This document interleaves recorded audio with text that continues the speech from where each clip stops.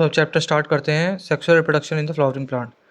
तो इसमें क्या पढ़ना है आपको, एक ये पढ़ना है, ये फ्लोरल पार्ट जो है, ये सब जो होते हैं एक फ्लावर के अंदर, एक प्लांट के अंदर इतनी डाइवर्सिटी होती है, फ्लोरेसेंस की, फ्लावर की, फ्लोरल पार्ट की होती है। ये होती किस लिए है? ये होती है एंड प्रोडक्ट बनाने के लिए, सेक्सुअल रिप्रोडक्शन के। क्या होते हैं इसका एंड प्रोडक्ट? फ्रूट और सीड बनाने के लिए। ठीक है। उसके बाद में ये है कि flowers are the objects of the aesthetic, ornamental, social, religious और कल्चरल वैल्यू के होते हैं ये। मतलब देखने में बेहतरीन होते हैं ये। ऑर्नामेंटल मतलब घर में सजावट के लिए भी काम आते हैं। सोशल, रिलीजियस, कल्चरल वैल्यू भी उनकी होती है इनकी।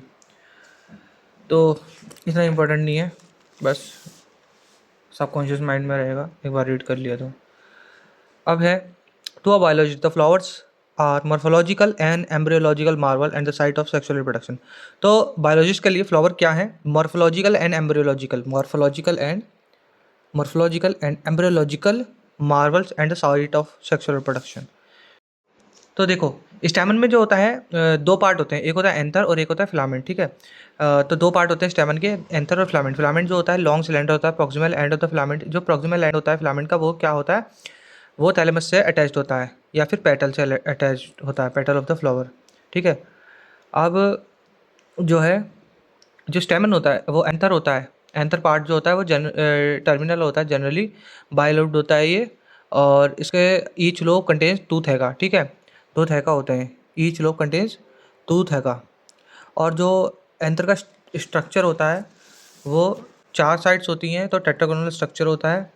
और तुम्हारे पास इसमें चार माइक्रोस्पोरेंजिया प्रेजेंट होती हैं कॉर्नर्स पे। ठीक है। दो माइक्रोस्पोरेंजिया ईच लोब में होती है। और microsporangia further develop to become the pollen sac. तो ये क्या होती है? ये डेवलप करती है, माइक्रोस्पोरेंजिया जो है पोलन सैक में डेवलप होती है और extend longitudinally along the length of the anther packed into the pollen grain. तो ये जो माइक्रोस्पोरेंजिया होती है ना, ये पूरी लेंथ तक जो है एक्सटेंड करती है। और इसमें क्या होता है?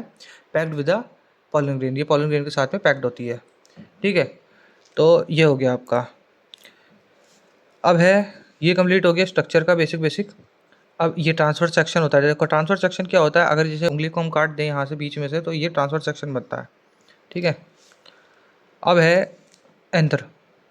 एज एंथर यंग, जब एंथर जो है यंग होता है तो यंग, तो group compactly in the homogenous, तो होमोजेनस टिश्यू होता है centre of the each microsporangia. हर एक माइक्रोस्पोरेंजिया के जो सेंटर में होता है एक होमोजेनस टिश्यू होता है, जिसको स्पोरोजेनस टिश्यू बोलते हैं। ठीक है। तो जब एंथर यंग होता है तो उसमें होमोजेनस टिश्यू होता है सेंटर ऑफ द माइक्रोस्पोरेंजिया में, माइक्रोस्पोरेंजिया के सेंटर में, जिसको स्पोरोजेनस टिश्यू बोलते हैं।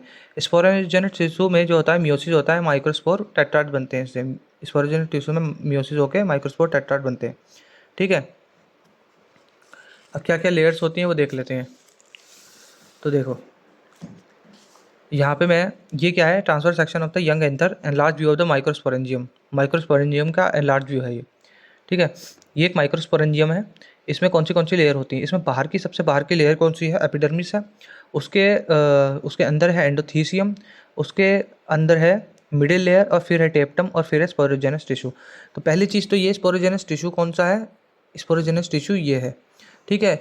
और ये क्या है? ये कनेक्टिव है। तो ये कनेक्टिव है, ये स्पोरोजेनस टिश्यू है, और ये एपिडर्मिस है, ये एंडोथीसियम है, ये मिडिल लेयर है, और ये टेप्टम है। ठीक है। तो टेप्टम सबसे अंदर होती है। इन्होंने कंफ्यूज करने के लिए करा है खाली ये, इसको इससे बेहतर है कि यहाँ पे बना लीजिए। ये क्या है? ये मिडिल लेयर है, मिडिल लेयर। ठीक है। तो ये मिडिल लेयर है और ये टेप्टम है। ये वाली जो है ये टेप्टम है, ये टेप्टम है। ठीक है। अब इधर चलते हैं, इसका लार्ज व्यू। तो ये जो तीन लेयर्स होती है ना बाहर की, एपिडर्मिस, एंडोथीसियम और मिडिल लेयर, ये तीनों लेयर मिलकर क्या करती हैं? प्रोटेक्शन करती हैं। Help in the dehiscence of the anther to release the pollen and large view. ठीक है। ये क्या करती हैं? ये प्रोटेक्शन करती हैं और help in the dehiscence of the anther, anther के डाइसेंस में मदद करती हैं। तो दो काम होते हैं इसके। ठीक है। और ये जो अंदर वाली लेयर होती है टेप्टम, इनर मोस्ट लेयर जो होती है, ये क्या करती है? ये नरिशेस द डेवलपिंग पोलन, ये डेवलपिंग पोलन्स को नरिश करती है। और जो है मल्टी न्यूक्लिएटेड होती है, मतलब कि मोर देन वन न्यूक्लियस होते हैं, और डेंस साइटोप्लाज्म होता है इनका। तो इसकी प्रॉपर्टीज़ ये है। ठीक है। कोई कन्फ्यूज़न नहीं होना चाहिए इसमें। अब है, आगे चलते हैं। तो माइक्रोस्पोरोजेनेसिस क्या होता है? माइक्रोस्पोरोजेनेसिस का जो डेफिनेशन है वो ये है कि पीएमसी सेल जो है मियोसिस के थ्रू जो है जाकर माइक्रोस्पोर बनाते हैं, ठीक है। Formation of the microspore when PMC cells goes through meiosis, meiosis में जाते हैं तो माइक्रोस्पोर बनाते हैं, ठीक है। तो माइक्रोस्पोर में क्या होता है, एज द एंथर डेवलप्स, ठीक है। तो उसमें 2N नाम का मतलब 2N डिप्लॉयड होता है, ये स्पोरोजेनस टिश्यू होता है, ठीक है। उसमें मियोसिस होता है और उससे माइक्रोस्पोर टेट्राड बनता है, ठीक है। माइक्रोस्पोर टेट्राड बनता है। माइक्रोस्पोर जो होते हैं arrange in the cluster of the 4, micro tetrad मतलब 4 बनते हैं, वही मियोसिस में क्या बनते हैं, 4 बनते हैं ना। फिर इसमें जो है एंथर जब मेच्योर होता है और डिहाइड्रेट होता है तो माइक्रोस्पोर जो होते हैं ये डिसोशिएट हो जाते हैं and form from each other and develop into the pollen grain. तो ये जो माइक्रोस्पोर टेट्राड बने हैं, ये जब एंथर मैच्योर और मैच्योर होता है और जब डिहाइड्रेट होते हैं तो ये अलग अलग हो जाते हैं और ये जो है माइक्रोस्पोर टेट्राड जो है पोलन ग्रेन में डेवलप हो जाते हैं। Each microsporangium have several thousand of the pollen grain of microspore. तो हर एक माइक्रोस्पोरेंजियम के पास में several thousands of pollen grains होते हैं, ठीक है, जो कि निकल जाते हैं जब डाइसेंस होता है। तो डाइसेंस का मतलब क्या होता है, release of the pollen grain. एक ये अलग से वो दे रखा था पीएमसी, पोलन मदर सेल जो है तुम्हारी each potential pollen, pollen mother cell each potential pollen microspore mother cell, ठीक है, ऐसे करके दे रखा है ये। तो ये लाइन है कवर होनी चाहिए। इसमें काफ़ी ना घुमावदार क्वेश्चन बनते हैं, तो क्या है इसमें डिप्लॉय कितने के, इसमें 2N है, N है, क्या है ये भी ध्यान रखना पड़ता है। तो स्पोरोजेनस टिश्यू जो होता है 2N होता है और माइक्रोस्पोर टेट्राड तो आपको पता है टेट्राड आ गया तो फिर N होता है। और माइक्रोस्पोरेंजिया क्या होगा, वो भी 2N होगा। अब हो गया आपका ये। अब जो होता है पोलन ग्रेन जो होते हैं ना, ये ये रिप्रेजेंट करते हैं मेल गैमेटोफाइट को, ठीक है। और हिबिस्कस में क्या होता है, येलो पाउडर होता है। आपने ये मैंने पोलन ग्रेन क्या होते हैं, पोलन ग्रेन मेल गैमेटोफाइट को वो करते हैं, रिप्रेजेंट करते हैं। और आपने देखा होगा जो मतलब कि इतना इंपॉर्टेंट पॉइंट नहीं है, मगर फ्लावर्स के ऊपर अगर आप छुओगे तो उसमें क्या होता है, उसके पोलन ग्रेन आपकी उंगली पे चिपक जाते हैं, बस वही येलो पाउडर जो होता है, ठीक है। हिबिस्कस। और हिबिस्कस का जो है जो नेम क्या है, मतलब कि किस नाम से हम पढ़ते हैं हिबिस्कस को, ये है चाइना रोज़। क्योंकि कोई तो कमेंट करेगा नहीं, अगर कोई पढ़ेगा तो मैं बता देता हूँ। अब देखो पोलन ग्रेन, पोलन ग्रेन तो होते हैं जनरली स्पेरिकल होते हैं, ठीक है। पोलन ग्रेन 25 to 50 माइक्रोमीटर के होते हैं डायमीटर में, मगर इंपॉर्टेंट है ये, रेडियस नहीं है इसका, डायमीटर है। डायमीटर 25 to 50 माइक्रोमीटर होता है, ठीक है। ज़्यादातर जो बायोलॉजी में जो वो दिए हैं इसके राउंड वाले उसके, वो डायमीटर से दिए होते हैं। तो 25 to 50 माइक्रोमीटर डायमीटर होता है। और दो लोअर लेयर किसकी होती है, एक्साइन। इसके पास 2 लेयर होती हैं, एक होती है एक्साइन और एक टेंटाइन। एक्साइन जो होती है आउटर मोस्ट लेयर होती है और इंटाइन जो होती है इनर मोस्ट लेयर होती है। अब है एक्साइन। एक्साइन में तुम्हारा एक्साइन क्या क्या में क्या क्या होता है, देखो exine made of sporopollenin, sporopollenin से बना होता है ये। और स्पोरोपोलिन जो होता है इस दुनिया का सबसे मोस्ट रेजिस्टेंट ऑर्गेनिक मटेरियल है, ऑर्गेनिक मटेरियल है, मोस्ट रेजिस्टेंट ऑर्गेनिक मटेरियल, ठीक है। और ये क्या क्या विथ स्टैंड कर सकता है, it can with stand high temperature, high acid और एल्कलाई इन्वायरमेंट, ठीक है। और कोई भी आज तक एंजाइम हमने मिली नहीं है जो कि डिग्रेड कर सकती है इसको, ठीक है। और इसमें पोलन ग्रेन में एक जंपोर होता है जिस जगह पर एक्साइन एब्सेंट होता है, ठीक है। तो पोलन ग्रेन पे एक जंपोर वो जगह होती है जहाँ पर पोलन ग्रेन एक्साइन जो होती है नहीं होती है, ठीक है। जंप और प्रोमिनेंट अपर्चर इस तरीके से लिखा हुआ है एनसीईआरटी में। अब क्या है इसमें, एक्साइन का तो हमने सारी इंपॉर्टेंट प्रॉपर्टीज़ देख ली हैं। मेन चीज़ क्या है इसमें, स्पोरोपोलिन होता है और ये मोस्ट रेजिस्टेंट होता है और ये तुम्हारा बाकी बहुत मुश्किल कंडीशन में भी रह सकता है। मतलब अभी good question, the exine exhibit a fascinating array of patterns and design, ठीक है। तो क्वेश्चन आ सकता है स्टेटमेंट में कि exine intine exhibit fascinating array of pattern and design. तो यहाँ पे एक्साइन और इंटाइन में वो खेल सकते हैं, ठीक है। तो इसका ध्यान रखना। अब तुम्हारा आगे चलते हैं इंटाइन पे। अब इंटाइन में क्या होता है, देखो जो the cytoplasm of the pollen grain surround by the plasma membrane, ठीक है। एक तो ये पॉइंट हो गया। साइटोप्लाज्म जो पोलन ग्रेन का जो साइटोप्लाज्म होता है उसमें प्लाज्मा मेम्ब्रेन होती है, बस ये तो ध्यान रखना। अब है इंटाइन में क्या होता है, इंटाइन जो होती है थिन होती है, कंटिन्यूस लेयर होती है, मेड अप ऑफ सेलुलोस और पैक्ट पैक्टिन और सेलुलोज से बनी हुई होती है। किससे बनी हुई होती है? पैक्टिन और सेलुलोज से बनी हुई होती है। फिर है ये inner wall of the pollen grain होती है। तो ये थिन होती है, कंटिन्यूस लेयर होती है made up of the cellulose and pectin और inner wall of the pollen grain. ये तो inner wall of pollen grain important नहीं है, किससे बनी होती है ये ज़्यादा ध्यान रखना, सेलुलोज और पैक्टिन। अब है एक पोलन ग्रेन के अंदर क्या क्या होता है। एक पोलन ग्रेन के अंदर जो होता है, एक वेजिटेटिव सेल होता है, एक जनरेटिव होता है। तो वेजिटेटिव सेल क्या होता है? बिगर सेल होता है वेजिटेटिव सेल।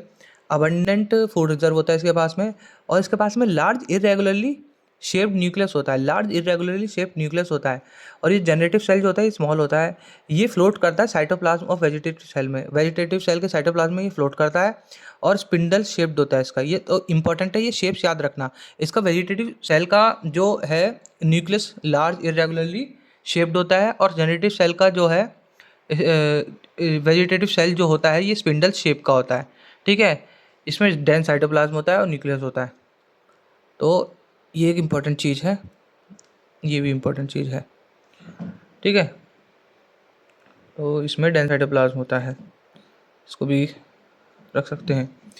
अब देखो, जो 60% एंजियोस्पर्म जो है शेड कर देते हैं, pollen grain sheds at the 2 cell stage. 2 cell stage में पोलन ग्रेन शेड हो जाते हैं 60% एंजियोस्पर्म में।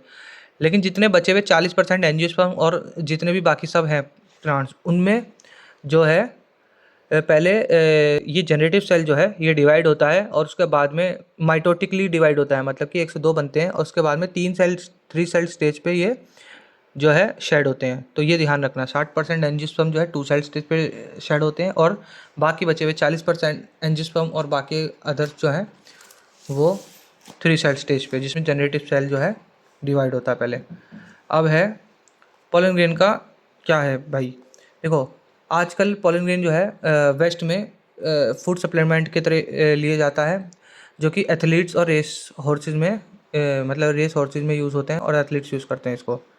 ठीक है, माना जाता है कि ये परफॉर्मेंस बढ़ाता है। ठीक है, अब है पोलन ग्रेन। पोलन ग्रेन क्या कर सकता है? पोलन ग्रेन कर सकता है तुम्हें एलर्जीज, जैसे कि एस्थमा, ब्रोंचाइटिस। कैरेट ग्रास का तो नाम सुना ही होगा। कैरेट ग्रास जो है पार्थेनियम हिस्टोरिसिस, इस ये कंटामिनेटेड, ये वीट के जब इम्पोर्टेड वीट के साथ में आई थी, कंटामिनेशन में, मतलब कि इम्पोर्टेड वीट में कंटामिनेशन था, उसके थ्रू ये इंडिया में आई थी। क्या कैरेट ग्रास, पार्थेनियम हिस्टोरिसिस। लेकिन अब ये पूरी हर जगह फैल चुकी है और ये पोलन एलर्जी करती है, पोलन एलर्जी करती है। अब जो है पोलन की वायबिलिटी क्या है? देखो पोलन की वायबिलिटी पहले तो ये देखते हैं किस पे डिपेंड करती है। पोलन की वायबिलिटी जो है टेम्परेचर और ह्यूमिडिटी पे डिपेंड करती है टू सम एक्सटेंट। ठीक है, अब है पोलन कौन सा पोलन जो होता है, कौन सा पोलन, थोड़ा सा इसको मेरे को छोटा करना पड़ेगा भाई बस। तो देखो, जो ये कौन सा कितनी देर की वायबिलिटी होती है किसकी, तो सीरियल जैसे कि राइस या व्हीट हो गया उसकी 30 मिनट होती है। सम मेंबर्स ऑफ रोजेशिया, लेगुमिनेशिया और सोलोनेशिया के क्या होते हैं, कुछ मंथ तक होती है वायबिलिटी। ठीक है, तो ध्यान रखना इसका। तो राइस और व्हीट की कितनी होती है? 30 मिनट्स, और सोलोनेशिया, लेगुमिनेशिया और रोजेशिया की कितनी होती है? फ्यू मंथ्स तक। ठीक है, तो ये इम्पॉर्टेंट एग्जांपल है। अब चलते हैं आगे। अब अपना ये कंप्लीट हो गया। अब देखो पोलन को एक तरीका और है पोलन को स्टोर करने का, जैसे कि सीड बैंक्स होते हैं, जैसे कि हम स्पर्म को स्टोर कर सकते हैं क्रायो प्रिजर्वेशन के द्वारा -196 डिग्री सेल्सियस पे लिक्विड नाइट्रोजन के अंदर। इसी तरीके से हम पोलन ग्रेन्स को भी स्टोर कर सकते हैं। ठीक है, तो ये क्रॉप ब्रीडिंग प्रोग्राम्स में यूज़फुल हो सकता है। तो तुम्हारा अब है रिप्रेजेंट। देखो यहाँ पे गाइनोसियम जो है रिप्रेजेंट किसे करता है? फीमेल रिप्रोडक्टिव पार्ट को करता है, ये हमने कंप्लीट कर लिया था। अब है गाइनोसियम में देखो क्या क्या होता है। इस गाइनोसियम जो होती है मोनोकार्पेलरी गाइनोसियम हो सकती है, और तुम्हारी मल्टी कार्पेलरी गाइनोसियम हो सकती है, मतलब कि मोर देन 1 पिस्टल हो सकता है या फिर 1 पिस्टल हो। ठीक है, असला नहीं, पिस्टल अलग होती है। अब अगर एक से ज़्यादा कार्पल्स हैं तो सिंकार्पल हो सकती है और एपोकार्पस हो सकती है। सिंकार्पस मतलब कि फ्यूज्ड, एपोकार्पस मतलब फ्री। ठीक है, तो पहली चीज़ तो ये ध्यान रखना। अब आगे चलते हैं। देखो, जो कार्पल होता है मतलब कि पिस्टल जो होती है उसके अंदर 3 पार्ट होते हैं, स्टिग्मा, स्टाइल और ओवरी। ठीक है, पहले मेरे को पता है कन्फ्यूज़न क्या होता था, मैं ओवरी, कार्पल, पिस्टल और गाइनोसियम तीनों में, चारों में कन्फ्यूज़ रहता था। तो मैंने इसका जो है तरीके से पढ़ गया और इसमें मैंने चार्ट बनाया कि किसमें क्या होता है। तो देखो, कार्पल गाइनोसियम जो है कार्पल को रिप्रेजेंट करता है और वो एक मतलब कि फीमेल रिप्रोडक्टिव पार्ट है, ऑर्गन है। अब ये जो कार्पल होते हैं इसमें 3 पार्ट होते हैं, स्टिग्मा, स्टाइल और ओवरी होता है। अब स्टिग्मा क्या होता है, स्टिग्मा जो होता है जहाँ पे लैंड करता है पोलन ग्रेन, तो landing platform for the pollen grain. Style क्या होता है, elongated part of the cylinder stigma, तो स्टिग्मा का जो इलोंगेटेड पार्ट होता है वो रिप्रेजेंट करता है। स्टाइल जो होता है लंबा वाला पार्ट होता है, और तुम्हारा ओवरी होता है basal bulge part of the pistil. ठीक है, तो ये तो तुम्हारा डायग्राम से भी याद आ जाएगा तुमको। अब जो ओवरी होती है ना उसमें ओवेरियन लोक्यूल होता है। ठीक है, ओवेरियन लोक्यूल जो है placenta located in the ovarian locule, तो प्लेसेंटा जो होती है ओवेरियन लोक्यूल के ऊपर के अंदर लोकेटेड होती है। और प्लेसेंटा के ऊपर जो होते हैं ओव्यूल्स होते हैं। हमने पढ़ा है अरेंजमेंट ऑफ द प्लेसेंटेशन, हमने पढ़ा है ना मॉर्फोलॉजी में, तो वही प्लेसेंटेशन जो हमने पढ़ी है वो ओव्यूल्स की। तो ये तरीका है। देखो क्या क्या था, पहले पिस्टल के अंदर 3 पार्ट थे, स्टाइल, स्टिग्मा और ओवरी। अब जो है ओवरी के अंदर जो होता है ओवेरियन लोक्यूल, ओवेरियन लोक्यूल के अंदर था प्लेसेंटा। प्लेसेंटा जो होती है मतलब ओवेरियन कैविटी के अंदर प्लेसेंटा होती है, और प्लेसेंटा के ऊपर जो होते हैं ओव्यूल अलग अलग तरीके से अरेंज्ड होते हैं, जिसको हम प्लेसेंटेशन कहते हैं। ठीक है, तो ये ओव्यूल को मेगास्पोरेंजिया बोलते हैं। ठीक है, अब अगर एक ओव्यूल है जैसे कि वीट, पैडी और मैंगो, ये इंपॉर्टेंट है बहुत ज़्यादा। फिर है अगर एक से ज़्यादा है तो मैनी, पपाया। ठीक है, वीट, पैडी, मैंगो और पपाया, या फिर वाटरमेलन, ऑर्चिड्स। इसमें क्या होते हैं, पपाया, वाटरमेलन, ऑर्चिड में एक से ज़्यादा ओव्यूल्स होते हैं। अब चलो इसमें, अब ये क्या है, एनाट्रोफस ओव्यूल है, मतलब उल्टा करके दिखा रखा है इसको, एनाट्रोफस ओव्यूल है। अब जो है फंजाई, ओ फंजाई कह रहा हूँ, इसमें क्या क्या पार्ट होते हैं, इसमें होता है फ्यूनिकल। फ्यूनिकल क्या होता है, फ्यूनिकल वो पॉइंट होता है जहाँ जो ओव्यूल से जोड़ता है। ठीक है, ओव्यूल से जोड़ता नहीं है, जो प्लेसेंटा से जोड़ता है। ओव्यूल को जो पार्ट प्लेसेंटा से जोड़ता है ना वो फ्यूनिकल होता है, और जो फ्यूनिकल को ओव्यूल से जोड़ता है वो पार्ट जो होता है हाइलम होता है। Junction between the funicle and ovule को हाइलम बोलते हैं, और जो ओव्यूल को प्लेसेंटा से जोड़ता है उसको फ्यूनिकल कहते हैं। तो इसमें कन्फ्यूजन बहुत होता है। ठीक है, तो इसका कन्फ्यूजन पहले दूर किया कर दिया।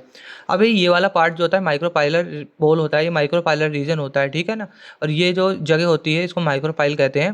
ठीक है, माइक्रोपाइलर, तो ठीक है, यहाँ पे जो है इंटीग्यूमेंट्स नहीं प्रेजेंट होते। ये जो इंटीग्यूमेंट्स होते हैं यहाँ पे इंटीग्यूमेंट्स नहीं प्रेजेंट होते हैं। ये आउटर इंटीग्यूमेंट हो गया, ये इनर इंटीग्यूमेंट हो गया, और ये न्यूक्लियस होता है। ठीक है, ये न्यूक्लियस होता है, इंपॉर्टेंट है, और ये एम्ब्रियो सैक होता है। ठीक है, ये क्या करते हैं, आउटर इंटीग्यूमेंट्स और इनर इंटीग्यूमेंट्स ये करते हैं प्रोटेक्टिव कवरिंग करते हैं, ये न्यूक्लियस की, किसकी, न्यूक्लियस की करते हैं। ठीक है, ये भी इंपॉर्टेंट है, गलती मत कर देना, एम्ब्रियो सैक की नहीं लिखा है, न्यूक्लियस लिखा है। तो protective covering of the nucleus. Charger जो होता है ये बेसल पॉइंट होता है, ये नीचे का पॉइंट जो है रिप्रेजेंट करता है, और माइक्रोपाइलर जो होता है ऊपर का पॉइंट रिप्रेजेंट करता है। अब ये देखो कुछ एग्जांपल्स हैं, ये हिबिस्कस हो गया ये तुम्हारा, और ये तुम्हारा पेपेवर का एग्जांपल है, मिशेलिया, मल्टी कार्पलरी। देखो इसमें इम्पॉर्टेंट क्या है, मल्टी कार्पलरी का एग्जांपल दे रखा है, इस मल्टी कार्पलरी सिंकार्पस का एग्जांपल दे रखा है। कितना इंपॉर्टेंट है ये तुम खुद सोचो कि ये यहाँ पे दे रखा है, ये पिस्टल, हिबिस्कस। ठीक है, ये हिबिस्कस हो गया, ये मल्टी कार्पलरी सिंकार्पस का एग्जांपल है, Papaver, this is very important, Michelia, this is very important. अगर यहाँ से क्वेश्चन आ गया तो मुझे लगता है शायद कि काफ़ी बच्चे इसको छोड़ के आएंगे। तो क्या है, ये पेपेवर मल्टी कार्पलरी है, ये भी मल्टी कार्पलरी मिशेलिया, लेकिन ये अपोकार्पस है और सिंकार्पस है, मतलब ये फ्यूज्ड है और ये तुम्हारा फ्री होता है। अब है, आगे चलते हैं।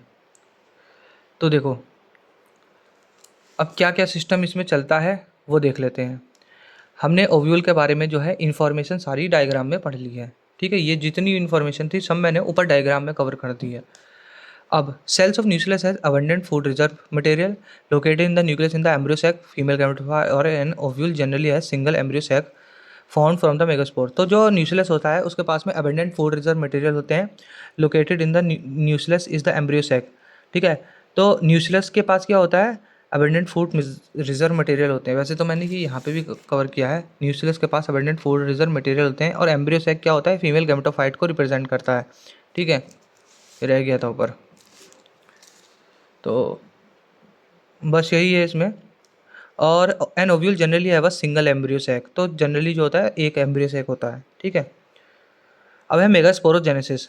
मेगास्पोरोजेनेसिस कैसे होता है, तो मेगास्पोरोजेनेसिस में क्या होता है, सिंगल मेगास्पोर मदर सेल जो होती है माइक्रोपाइलर रीजन पर होती है ऑफ न्यूक्लियस। न्यूक्लियस के सिंगल मेगास्पोर मदर सेल जो होती है वो माइक्रोपाइलर रीजन पे होती है। ठीक है, पहली चीज़ तो ये बहुत इंपॉर्टेंट है, सिंगल मेगास्पोर मदर सेल होती है माइक्रोपाइलर रीजन पर। ठीक है, ऑफ न्यूक्लियस।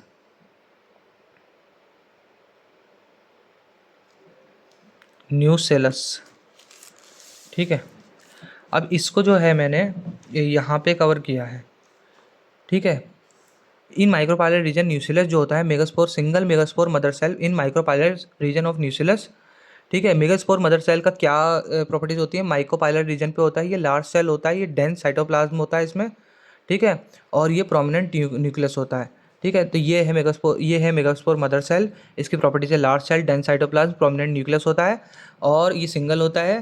ठीक है, और ये micropylar region of the nucleus होता है। ठीक है, अब है इसमें क्या होता है, इसमें पहली मियोटिक डिवीजन होती है, मतलब मियोसिस होता है। तो पहले डायड बनता है, मेगास्पोर डायड बनता है। ठीक है, फिर मियोसिस सेकंड होती है, मियोसिस कंप्लीट होने के बाद में यहाँ पे मेगास्पोर टेट्राड बनता है। फिर इसमें से एक स्टे कर जाता है और 3 डिजेनरेट हो जाते हैं, तो 3 उड़ जाते हैं और एक जो है स्टे करता है, बच जाता है। अब ये जो एक बचता है उसके जो न्यूक्लियस होते हैं वो डिवाइड होना शुरू होते हैं माइटोटिकली। यहाँ पे माइटोटिकली ये इसके न्यूक्लियस जो है डिवाइड होना शुरू हो करते हैं। ठीक है, तो पहला मियोटिक डिवीज़न होता है, फिर इससे 2 बनते हैं, फिर दूसरा होता है उससे 4 बनते हैं और फिर तीसरा होता है उससे 8 बनते हैं। ठीक है, यहाँ पे जो न्यूक्लियर डिवीज़न होता है ये फ्री न्यूक्लियर डिवीज़न होता है, मतलब कि अभी सेल वॉल्स नहीं बननी होती हैं। ठीक है, उसके बाद में तो इसमें जो है after the 8 cell their cell wall form, 8 cell के बाद में जो होती है फिर सेल वॉल, तो 8 सेल के बाद में सेल वॉल फॉर्म होती है। ठीक है, और ये जो है सिचुएशन ये क्या है, यहाँ पे क्या होता है, 6 सेल के पास सेल वॉल होती है और इन 2 सेल्स के पास सेल वॉल नहीं होती। तो ये पहली चीज़ तो ये जो बनता है, ये बनता है तुम्हारा 8 सेल और 7 सेल्स 8 न्यूक्लियस वाली स्टेज बनती है। 8 न्यूक्लियस 7 सेल सिचुएशन बनती है। 8 न्यूक्लियस होते हैं, 1 2 3 4 5 6 7 8, और जो है 1 2 3 4 5 6 और ये पूरा एक 7 सेल होते हैं। ठीक है, 2 पोलर न्यूक्लियाई होते हैं इसमें से और इसमें सेंट्रल सेल होते हैं। अब है 3 ये जो बनता है ये एग apparatus होता है और ये इधर एंटीबॉडल सेल्स होते हैं। एग apparatus जो है इसमें एक इम्पॉर्टेंट चीज़ है कि तुम्हारा जो सेंट्रल सेल होता है, ये पोलर सेल्स होते हैं ना, ये बिलो एग apparatus होते हैं। यहाँ पे दिख रहा है ये कि ये ऊपर है, लेकिन ये असल में ये माइक्रोपाइलर एंड है, तो ये ऊपर होता है माइक्रोपाइलर एंड। तो यहाँ पे ये गलती कर सकते हो असर्शन रीजन में। तो हम यहाँ पे थे, तो हमने क्या किया था कि जो पोलर न्यूक्लियाई होता है ना वो बिलो द एग apparatus है। अगर इसके हिसाब से देखोगे तो तुम्हें ऐसा लगेगा कि ये ऊपर होता है, लेकिन यहाँ गलती हो सकती है, डू नॉट फॉरगेट। तो सेंट्रल सेल, तो ये जो होता है ना जिसमें पोलर न्यूक्लियाई होता है, ये वाला सेल, इसको सेंट्रल सेल कहते हैं। ये एंटीपोडल सेल्स होते हैं 3 चार्जल एंड पे, माइक्रोपाइलर एंड है यहाँ पे होते हैं। यहाँ पे एग apparatus होता है। एग apparatus में 3 सेल्स आते हैं, 2 सिनर्जिड्स आते हैं और एक एग को मिला के एग apparatus बोलते हैं। ठीक है, अब आपका जो सिनर्जिड्स है, सिनर्जिड्स के थ्रू जो होता है पॉलन ट्यूब निकलती है। अब इसमें कुछ इंपॉर्टेंट है, फिलीफॉर्म apparatus, ये स्पेशल सेलुलर थिकनिंग होती है। ठीक है, इसका क्या काम होता है कि ये गाइड करती है पॉलन ट्यूब को इनटू द सिनर्जिड। ठीक है, तो क्या क्या इंपॉर्टेंट है इसमें, एग apparatus 3 सेल्स का बना हुआ होता है और सेंट्रल सेल जो होता है लार्ज होता है, इसके पास 2 पोलर न्यूक्लियाई होता है, 8 न्यूक्लियस और 7 सेल्ड स्टेज होती है ये, बस इतना बहुत है, ठीक है। और इसको क्या कहते हैं, एम्ब्रियो सैक कहते हैं। अब आगे चलते हैं। तो ये तो आपको पता चल गया, ये पूरा हो गया। अब यहाँ पे मेगास्पोरेंजिया क्या होता है और ओव्यूल क्या होता है। मेगास्पोरेंजिया ओव्यूल होता है और फीमेल गेमेटोफाइट क्या होता है, एम्ब्रियो सैक होता है, ठीक है। ऐसा यहाँ पे लिखा है एनसीईआरटी में, फीमेल गेमेटोफाइट एम्ब्रियो सैक होता है। फिर है ये जो मेथड ऑफ डेवलपमेंट होती है, the method of development of the embryo sac, ये जो method of development embryo sac की होती है, formation from a single megaspore is termed as monosporic development, तो इसको मोनोस्पोरिक डेवलपमेंट बोलते हैं, ठीक है। अब ये मैंने छोटी सी टेबल बना दी थी कि मेल गेमेटोफाइट कौन होता है, पोलन ग्रेन, फीमेल गेमेटोफाइट कौन होता है, एम्ब्रियो सैक, ठीक है। मेल गैमेट कौन सा होता है, मेल गैमेट है लिखा हुआ यहाँ पे, अभी हम आगे पढ़ेंगे। मेल गैमेट वो होता है जैसे जो पोलन ग्रेन होता है ना, उसके अंदर तुम्हारे 2 सेल्स होते हैं, एक जनरेटिव और वेजिटेटिव। तो जनरेटिव सेल जो होता है वही होता है मेल गैमेट, और वो डबल मतलब कि वो पोलन फर्टिलाइजेशन से पहले जो है डबल होते हैं, या फिर जो 60% एंजियोस्पर्म होते हैं उसमें 2 सेल स्टेजेस पे जाता है, और वो जो तुम्हारे बाकी होते हैं उसमें 3 सेल पे जाता है। तो एक जनरेटिव सेल जो है डिवाइड होता है, ठीक है। तो मेल गैमेट उसको कहते हैं। अब फीमेल गैमेट क्या होता है, एग होता है फीमेल गैमेट, ठीक है। उसके बाद में मेल ऑर्गन क्या होता है, मेल ऑर्गन होता है एंड्रोसियम, और फीमेल ऑर्गन क्या होता है, फीमेल ऑर्गन होता है गाइनोसियम, ठीक है। तो ये मैंने एक साथ करवा दिए। अब आगे चलते हैं। अब इसमें कोई रीडिंग है important, nucleus of the functional megaspore divides mitotically, नहीं ये इतना मॉडर्न नहीं है, ये सब कवर हो गया है, okay. Has two polar maturity, ठीक है। नीचे चलते हैं। अब ये जो है पोलन ग्रेन क्या होता है, पोलन ग्रेन जो होता है, पोलन ग्रेन में जनरेटिव सेल जो होता है उसको मेल गैमेट कहते हैं, और एम्ब्रियो सैक में जो एग होता है उसको फीमेल गैमेट बोलते हैं, ठीक है। इसमें दोनों जो होते हैं नॉन मोटाइल होते हैं, और जब तो पॉलिनेशन का काम होता है। तो अब आगे का पार्ट क्या है, पॉलिनेशन, ठीक है। यहाँ पे हमने प्री फर्टिलाइजेशन वाला जो पार्ट था वो कंप्लीट कर लिया है, और अब पार्ट है पॉलिनेशन का। तो पॉलिनेशन करते हैं अब हम, थोड़ा सा इसको मैं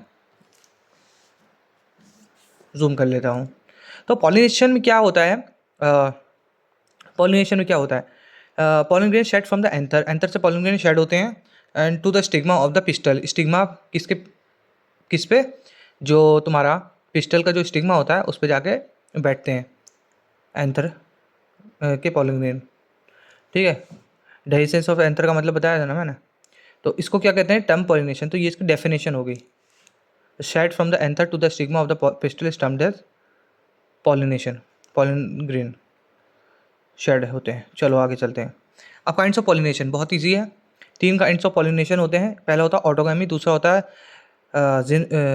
जेनेटोगैमी, और तीसरा होता है जेनोगैमी। तो ऑटोगैमी क्या होता है, ऑटोगैमी जो होता है तुम्हारा, ऑटोगैमी होता है सेम प्लांट के सेम फ्लावर में जो होता है उसको मतलब सेम प्लांट के सेम फ्लावर के बीच जो फर्टिलाइजेशन होता है उसको ऑटोगैमी कहते हैं, ठीक है। तो सेम फ्लावर इन्वॉल्व होता है इसमें, ठीक है। एक ही सच मतलब अगर ऐसा चाहते हैं हम कि ये हो ऑटोगैमी के लिए, तो क्या होना चाहिए, इसमें सिंक्रोनी होनी चाहिए बिटवीन द पॉलन रिलीज और स्टिग्मा की रिसेप्टिविटी के बीच। मतलब कि जिस टाइम पे पॉलन रिलीज हो रहा है उसी टाइम पे सिग्मा है रिसेप्टिव होना चाहिए, ठीक है। और वो दोनों एक दूसरे के साथ भी होने चाहिए, लाइक क्लोज, ठीक है। अब है in a normal flower which opens and expose the anther and the stigma complete autogamy is rather rare. तो जो फ्लावर नॉर्मली जो है ओपन होते हैं, ठीक है, उसमें कंप्लीट ऑटोगैमी जो होती है रेयर होती है। इंपॉर्टेंट है ये वाला स्टेटमेंट ज़्यादा इंपॉर्टेंट है।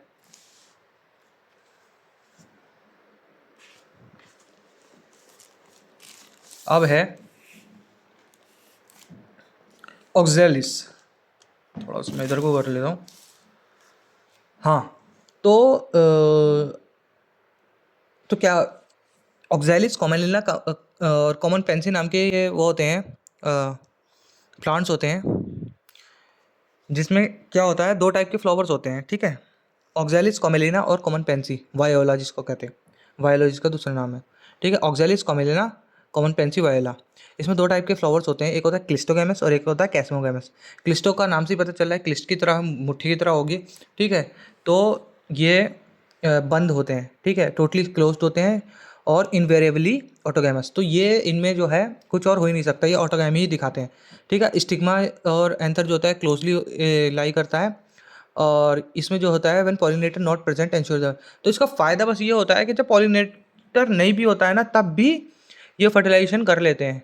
तो लेकिन इसमें कोई चांस ऑफ क्रॉस नहीं होता। तो इसमें फ़ायदा क्या होता है, इसमें बस ये फ़ायदा होता है कि विदाउट पॉलिनेटर के भी ये फर्टिलाइजेशन कर लेते हैं। और चेस्मोगामस जो होते हैं ये नॉर्मल एक्सपोज्ड फ्लावर होते हैं, ठीक है। तो ये कंप्लीट हो गया।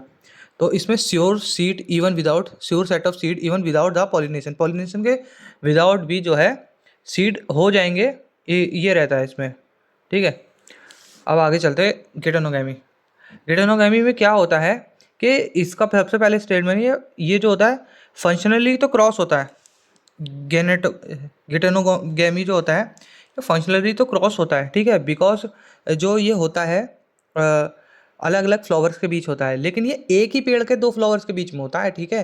तो जेनेटिकली ये ऑटोगैमस होता है, फंक्शनली ये क्रॉस होता है, क्योंकि इसमें जो है पॉलिनेटर जो है यूज़ हो रहा है इसमें।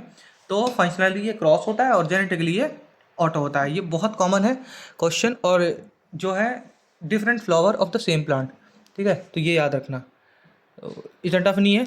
एक चीज़ और इसका डायग्राम में देख लेना, ये क्लिस्टोगैमस फ्लावर हैं, ये बंद है ना, क्लिस्टोगैमस फ्लावर, और ये क्या है कैस्मोगैमस फ्लावर जो है ये खोले हुए हैं, ठीक है। अब आगे चलते हैं जेनोगैमी। जेनोगैमी में क्या है, देखो जेनोगैमी ये इकलौता होता है जो कि जेनेटिकली डिफरेंट टाइप का पॉलन ग्रेन लेके आता है, ठीक है। ये इसका नाम ज़्यादा इंपॉर्टेंट है, जेनोगैमी और गेनेटोगैमी में कंफ्यूज मत होना। जेनोगैमी होता है जिसमें वेरिएशंस आते हैं, ठीक है। तो bring genetically different types of the pollen grain to the stigma, बस इतना इंपॉर्टेंट है, इतना ज़्यादा खास नहीं है ये। अब है एक चीज़, जो पॉलिनेशन होता है ना, तो दो टाइप के पॉलिनेशन होते हैं, एक बायोटिक होता है और एक एबायोटिक होता है, ठीक है। तो एबायोटिक में जो होता है विंड और वाटर पॉलिनेशन होता है, ठीक है।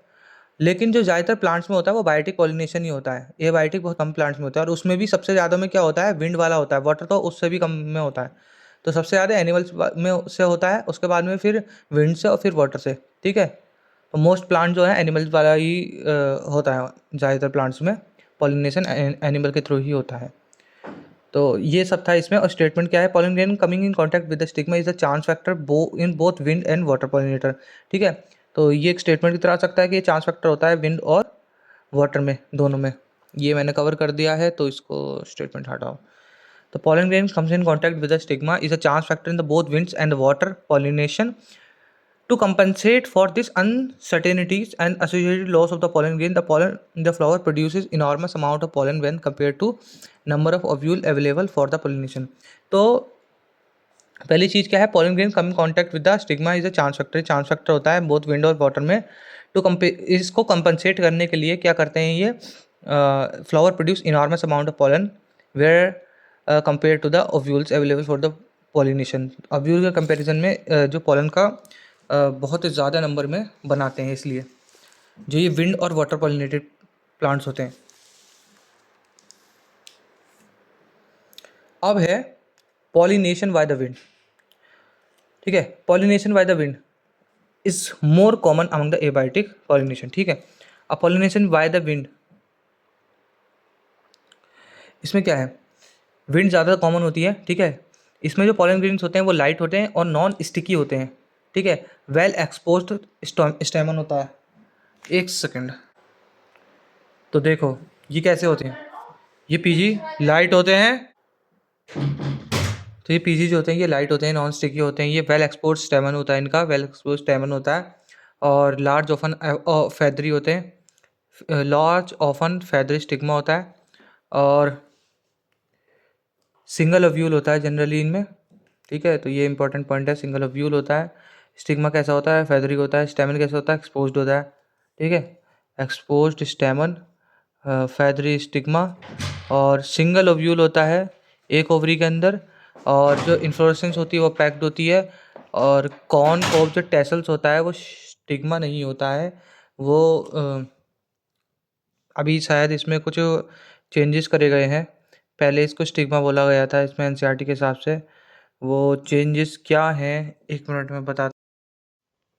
तो ये इसमें क्या करेक्शन है कि ये जो है ये टेसल्स नहीं होते हैं, इनको ईयर्स बोलते हैं, ठीक है। ईयर्स, तो स्टेटमेंट में ये चेंज हुआ है कि ये ईयर्स होते हैं, कॉर्न कॉब के ईयर्स एज स्टिग्मा स्टाइल। ये जो कॉर्न कॉब के ईयर्स होते हैं, you see the corn cob the ears is you see are nothing but the stigma और स्टाइल, इसको ईयर्स बोला गया है, ठीक है। ये करेक्शन है एनसीईआरटी में, नहीं एनसीईआरटी में, और ये क्वाइट कॉमन। तो ये क्या होते हैं, विंड पॉलिनेशन जो होता है quite common in the grasses. Wind pollination grasses में बहुत कॉमन होता है, ठीक है। तो इसमें इंपॉर्टेंट क्या चीज़ें हैं कि ये इसका वेल एक्सपोज स्टेमन होता है, फेदरी स्टिग्मा होता है, और तुम्हारा सिंगल ओव्यूल होता है, सिंगल ओव्यूल होता है, ठीक है। और लाइट और नॉन स्टिकी होते हैं ये, और ये ईयर्स होते हैं, कॉर्न कॉब जो होता है ये ईयर होता है, ठीक है। और जो होता है ये क्वाइट कॉमन होता है ग्रासेस में। अब है, ये तो विंड पॉलिनेशन हो गया। अब करते हैं पॉलिनेशन बाय द वाटर की बात। देखो पॉलिनेशन जो वाटर में होता है ना, वाटर के थ्रू पॉलिनेशन रेयर होता है, और सिर्फ 30 जेनरा में होता है, 30 जीनस में होता है मोस्टली, जो कि मोनोकोटिलेडन्स होते हैं, ठीक है। अब वाटर जो होता है mode of transport for the male gamete होता है in the lower plants group such as algae हो गया, ब्रायोफाइट्स हो गया, टेरिडोफाइट्स। एल्गी, ब्रायोफाइट, टेरिडोफाइट्स हमने पढ़ा था ना कि वाटर जो है एसेंशियल होता है और उसके आसपास ही रहते हैं ये, ठीक है। इस वजह से इनमें क्या होता है, डिस्ट्रीब्यूशन इनकी लिमिटेड होती है because of the need of the water and transport male gamete and the fertilization के लिए, ठीक है। तो ये इंपॉर्टेंट क्या है, यहाँ पे 30 जेनेरा होते हैं, मोस्टली मोनोकोटिलेडन्स होते हैं, ठीक है। और इसमें रेयर होता है, वाटर पॉलिनेशन जो होता है रेयर होता है, 30 जेनरा में होता है, मोस्टली मोनोकोटिलेडन्स में होता है और लोअर प्लांट्स में होता है, ठीक है। अब जो है वाटर पॉलिनेशन का कैसे, अब देखो वाटर पॉलिनेशन कौन कौन दिखाता है। वाटर पॉलिनेशन दिखाता है वेलिस्नेरिया और हाइड्रला। वेलिस्नेरिया और हाइड्रला जो होते हैं, और जूस्टोरा, ये तीन दिखाते हैं वाटर पॉलिनेटर। सबसे पहले क्या याद रखना, वाटर लिली, वाटर लिली और वाटर हाइसिंथ, ये दो जो है ना, ये भले से इनके नाम में वाटर है, लेकिन ये वाटर पॉलिनेशन नहीं दिखाते, इसको सीधे से याद करना। वाटर लिली, वाटर हाइसिंथ दोनों जो है विंड पॉलिनेशन दिखाते हैं या फिर इंसेक्ट पॉलिनेशन दिखाते हैं, ये वाटर पॉलिनेशन नहीं दिखाते हैं। क्वेश्चन आ सकता है क्या ये एक्वाटिक प्लांट है, जी एक्वाटिक प्लांट है, क्या ये वाटर पॉलिनेशन दिखाते हैं, नहीं। तो ये इस तरीके से भी पूछा जा सकता है, यहाँ पे भी तुम गलती कर सकते हो। अब है वाटर पॉलिनेटेड कौन से होते हैं, वेलिस्नेरिया, हाइड्रोला, ये फ्रेश वाटर में रहने वाले हैं वाटर पॉलिनेटेड। और जूस्टोरा सीग्रास जो गया ये मराइन में हो गया, ठीक है। जूस्टोरा जो होती है ना, ये सबमर्ज रहते हैं, ठीक है। इनका जो पोलन ग्रेन होता है वो रिलीज होता है वाटर के अंदर ही, लेकिन जो ये वेलिस्नेरिया होता है, इसके जो फीमेल फ्लावर्स होते हैं ये रीचेस टू द सरफेस। सबसे इंपॉर्टेंट कौन से flowers, female flowers, female flowers reaches to the surface plus male flowers release on the surface of the water. Male flowers surface of the water पे release कर दिए जाते हैं, और female flower जो है रीच करता है किस पे, सरफेस पे, ठीक है। तो ये है इसमें। अब वाटर पॉलिनेशन, वाटर पॉलिनेटेड जो प्लांट्स होते हैं उनमें म्यूसिलेज होती है ऑन द पोलन, पोलन पे म्यूसिलेज होती है, ठीक है, to protect from the wetting, पानी से गीला होने से बचाने के लिए पोलन ग्रेन पे किस पे होती है, पोलन ग्रेन पे म्यूसिलेज होती है, ठीक है। दोनों जो विंड और वाटर पॉलिनेटेड होते हैं उनके पास ना कलर होगा ना नेक्टर होगा, ठीक है, क्योंकि वो वाटर विंड पॉलिनेटेड है, उनको किसी को अट्रैक्ट करना ही नहीं है। तो ये है, और सर्सन रीजन इसमें कोई है स्टेटमेंट है, बस ये एक स्टेटमेंट है, बस फास्ट रीडिंग कर लेना, लेकिन पॉइंट्स याद रखना कि वाटर पॉलिनेटेड, विंड पॉलिनेटेड किस में होता है और क्या क्या होता है, और कितने मोनोकॉट्स वगैरह।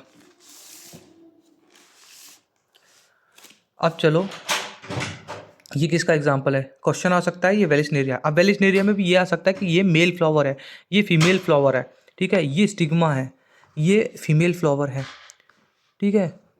तो ये फीमेल फ्लावर क्या करती है, ऊपर आ जाती है सरफेस पे, सरफेस पे आकर ये जो है स्टिग्मा जो है इसका, वो मेल फ्लावर पोलन ग्रेन को एक्सेप्ट करता है। तो ये है इम्पोर्टेंट। अब है, आगे चलते हैं। अब है बायोटिक, जो पॉलिनेटर्स होते हैं उनके बारे में थोड़ा पढ़ लेते हैं। तो majority of the flowering plants जो है रेंज ऑफ एनिमल्स के थ्रू जो है तुम्हारा पॉलिनेशन करवाते हैं, ठीक है। तो बायोटिक पॉलिनेटर्स कौन से हो सकते हैं? बीज होगी, butterflies, flies, beetles, wasp, ants and moths.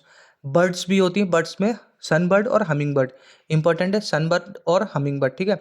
और बैट्स भी करती हैं। कॉमन पॉलिनेटर एजेंट क्या होते हैं? बैट्स आर द कॉमन, मतलब ये सब जो होते हैं कॉमन पॉलिनेटर एजेंट होते हैं, ठीक है। इसमें डोमिनेंट कौन होता है? बीज आर द डोमिनेंट, ठीक है। मधुमक्खी जो होती है डोमिनेंट बायोटिक पॉलिनेटर होती है, इसको कोई और काम नहीं होता, बस ये इधर से इस फूल से उस फूल पे घूमती रहती है, ठीक है। Even the larger animals such as some primates, तो जैसे लेमर्स हो गए, प्राइमेट्स मतलब कि बंदर वाली प्रजाति जो होगी, लेमर्स हो गए, आर्बोरल ट्री ड्वेलिंग्स, रोडेंट्स, और even the reptiles, gecko lizard और गार्डन लिजार्ड इंपॉर्टेंट है। क्या इसमें इंपॉर्टेंट? गेको लिजार्ड और गार्डन लिजार्ड और आर्बोरियल्स, ये वाला इंपॉर्टेंट है, ठीक है। बाकी अपने हिसाब से देख लेना।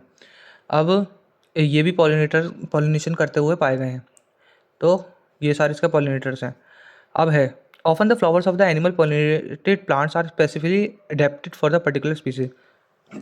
तो कई बार क्या होता है कि पॉली तो ये सारे हो गए। तो ये प्लांट पॉलिनेटर का जो है रिलेशनशिप पाया जाता है। स्टिक, अगर देखो तुमने एक दो बार एनसीईआरटी रीड करी होगी या थोड़ा बहुत लेक्चर भी देखे होंगे, तो तुम्हें बहुत बेनिफिशियल होंगे, क्योंकि तुमको एग्जैक्ट पॉइंट्स मिल रहे हैं, ठीक है। वरना तुमको ये सारा कुछ रीड करना पड़ता। हाँ, माना कि ये बहुत गंदी राइटिंग है और खचड़ा मचड़ा मचा रखा है, लेकिन देखो मेरे पास अभी इतना टाइम भी नहीं है, मेरे को जल्दी जल्दी वीडियोस बनानी है, तो इसलिए मुझे को ऐसे करना पड़ रहा है। तो आगे बनाएंगे कभी, अच्छे से बनाऊंगा। अब देखो, तो मेजॉरिटी जो होते हैं insect pollinated flowers are large होते हैं, कलरफुल होते हैं, फ्रेगमेंटेशन, मतलब कि इसमें इनका एक फाउल ऑर्डर होता है, इनमें नेक्टर और पोलन ग्रेन रिवार्ड होता है, ठीक है। तो मैंने सारे पॉइंट्स इधर लिख दिए हैं। क्या? स्टिकी होते हैं, लार्ज होते हैं, कलरफुल होते हैं, फ्रेगनेंट होते हैं, और रिच इन नेक्टर होते हैं, ठीक है। इनके इनके पास ये जो पॉलिनेटर होता है उसको क्या रिवार्ड देते हैं? नेक्टर या फिर पोलन ग्रेन, दोनों होते हैं ये रिवार्ड उसके लिए, और फाउल ऑर्डर होता है इनका, ठीक है। तो ये सब हो गया। अब है the flowers pollinated by the flies and beetles secrete a foul odour. ये इसको स्टेटमेंट को पढ़ लेना, ठीक है। जो बीटल्स या फिर फ्लाइज के द्वारा पॉलिनेट होते हैं वो सिक्रेट करते हैं foul odour to attract this animals, ठीक है। बाकी तो ऊपर जितना है वही मोर देन इनफ है। और ये क्या होते हैं? जनरली स्टिकी होते हैं, स्टिकी होते हैं, तो मैंने ऊपर ही लिख दिया। अब तुम्हारा रिवॉर्ड्स, रिवॉर्ड्स क्या क्या हो सकता है?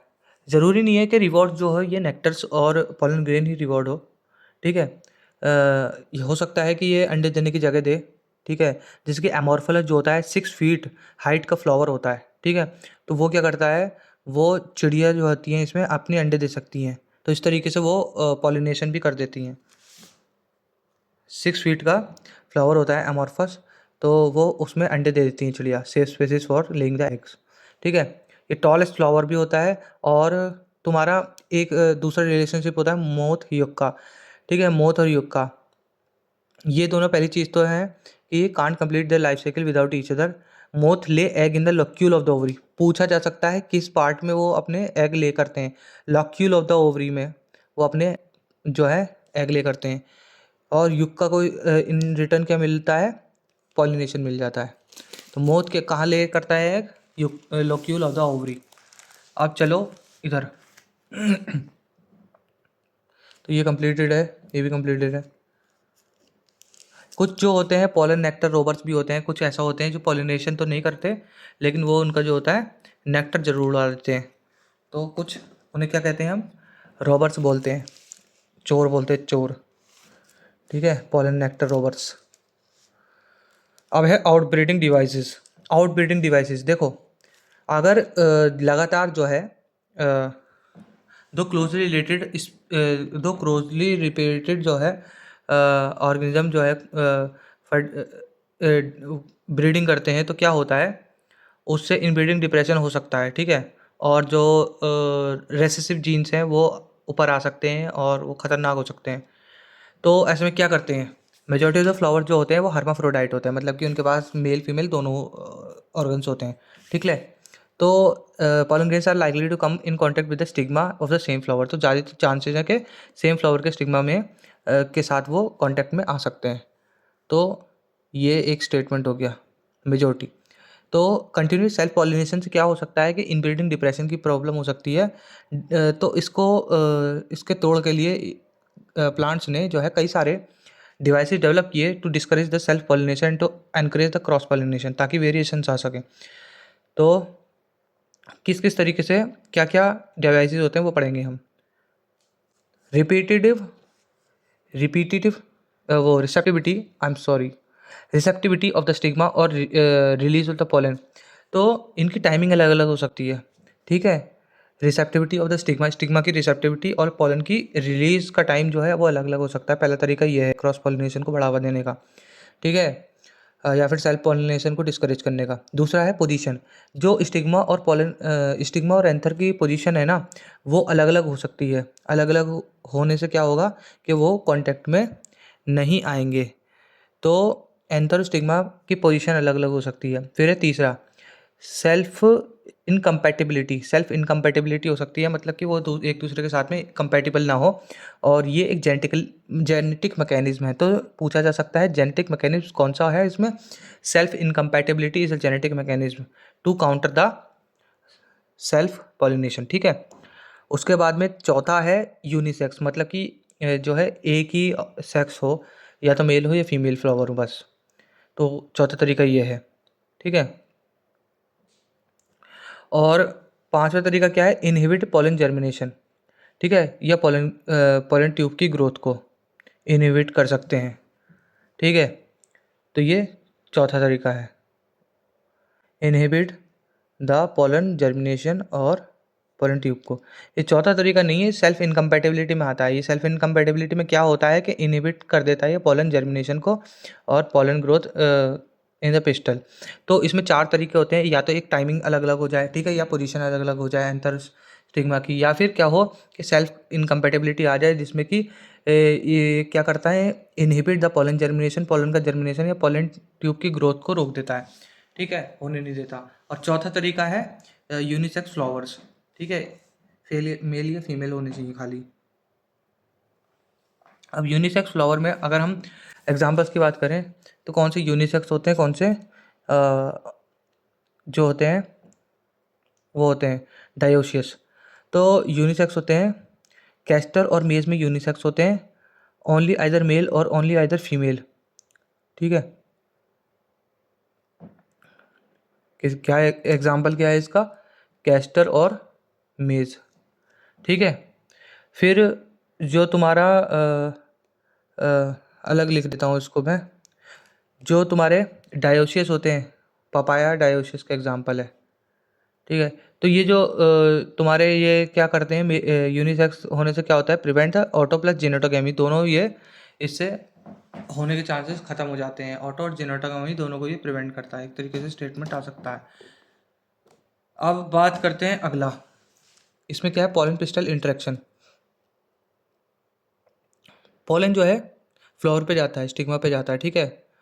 अगर वो देखो सेल्फ इनकम्पैटिबल होगा, ठीक है, अगर वो सेल्फ इनकम्पैटिबल प्लांट है तो सेम प्लांट का हो या सेम फ्लावर का हो, वो उसको जर्मिनेट नहीं होने देगा।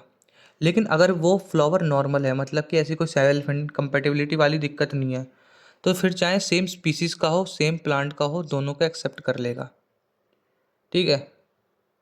सेम स्पीसीज का हो सेम प्लांट का हो, सेम स्पीसीज का ये भी वो कर लेगा, लेकिन सेम प्लांट का और सेम फ्लावर का नहीं करेगा, सेम सेल्फ इनकम्पैटिबिलिटी वाला। लेकिन ये नॉर्मल वाला जो है सेम प्लांट का भी कर लेगा और सेम स्पीसीज का तो कर ही लेगा। तो यही चीज़ जो है यहाँ पे लिखी हुई थी। Often the pollen of the wrong type आदर फ्रॉम द अदर स्पीसीज और from the same plant if it's self incompatibly also land on the stigma.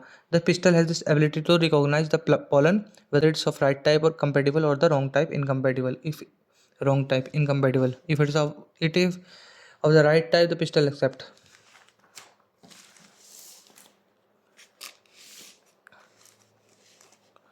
अगर देखो राइट टाइप का होता है तो पिस्टल जो है एक्सेप्ट कर लेता है, अगर रॉन्ग टाइप का होता है तो पिस्टल रिजेक्ट कर देता है। The pollen by the preventing the pollen germination on the stigma और द पॉलन ट्यूब के ग्रोथ को रोक देता है, वही चीज़ है। अब इसमें कुछ इंपॉर्टेंट है, इसमें क्या है, compatible pollination, pollen grain germinates on the stigma. As mentioned the following, compatible pollination, the pollen grain germinates on stigma to produce a pollen tube through one of the germ pore. ठीक है, किसी एक germ pore से क्या होता है, pollen tube बनती है। तो जो pollen grain होता है ना, वो स्टिग्मा पे जाता है, और ये pollen grain जो है यहाँ पे आया, और इस पे जो germ pore जो हमने पढ़ा था जहाँ इंटाइन नहीं होती, वहाँ से pollen tube निकलती है। ये चीज़ बोल रहा है ये। अब आगे चलते हैं। तो ये मैंने लिख रखा है, पॉलन जो है डिपॉजिट एट द स्टिग्मा, उसके स्टिग्मा पे डिपॉजिट होने के बाद में वहाँ पे डायलॉग होता है, बातें होती हैं, फिर क्या होता है, एक्सेप्टेंस या रिजेक्शन होता है। अगर एक्सेप्ट कर लिया तो पॉलन ट्यूब जो है 2 सेल स्टेजेस पे हो सकती है, या फिर मतलब पॉलन ट्यूब में 2 से पॉलन जो पॉलन ग्रेन जो था वो हो सकता है 2 सेल स्टेज पे हो या 3 सेल स्टेज पे हो, जो हमने कंडीशंस बताई थी 2 और 3 सेल की, वो वाली अप्लाई करेंगी। अगर 2 सेल स्टेज पे होगा तो पॉलन ट्यूब के अंदर वो डिवाइड करता है, ठीक है। जो जनरेटिव सेल है वो 2 हो जाते हैं, 1 से 2 हो जाते हैं माइटोटिकली डिवाइड करके, और उसके बाद में वो स्टिग्मा स्टाइल से फिर स्टिग्मा से होके जाते हैं, वो स्टिग्मा से स्टाइल जाते हैं, फिर ओवरी में जाते हैं, और ओव्यूल में जाते हैं through the filiform apparatus. Filiform apparatus उसको गाइड करता है और ओव्यूल में चला जाता है, ठीक है। और उसके बाद में फिर वो सिनर्जिड में जाता है। तो ये है इसकी पूरी लेकिन ये क्वेश्चन कितना आराम से अच्छे से क्या आ सकता है, ये टेबल के स्टेप बाय स्टेप फॉर्म में आ सकता है, तो इसको ध्यान से देखना। पहले पॉलन डिपॉजिट सिग्मा, फिर डायलॉग होता है, फिर एक्सेप्टेंस और रिजेक्शन होता है, फिर पॉलन ट्यूब बनती है। फिर पॉलन ट्यूब 2 या 3 स्टेज की होती है, अगर 2 स्टेज वाली होगी तो तुम्हारा डिवाइड होगा, ठीक है, डिवाइड होती है, फिर वो पॉलन ट्यूब में डिवाइड होता है जनरेटिव सेल, उसके बाद में स्टिग्मा, फिर स्टाइल, फिर ओवरी, फिर ओव्यूल, और फिर सिनर्जिड, ठीक है। तो और ये क्या है, 2 सेल वाले पॉलन ट्यूब जो होते हैं, 2 सेल वाले पॉलन ट्यूब के अंदर डिवाइड होते हैं। हाँ, वही चीज़ कर रहा हूँ मैं। अब है रिलीज कंटेंट मेल जनरल, ठीक है, इजी पीजी। अब यहाँ पे आ जाओ AR। AR क्या है इसमें, all this event from the pollen deposition of the stigma until the pollen tube entering the ovules are together referred as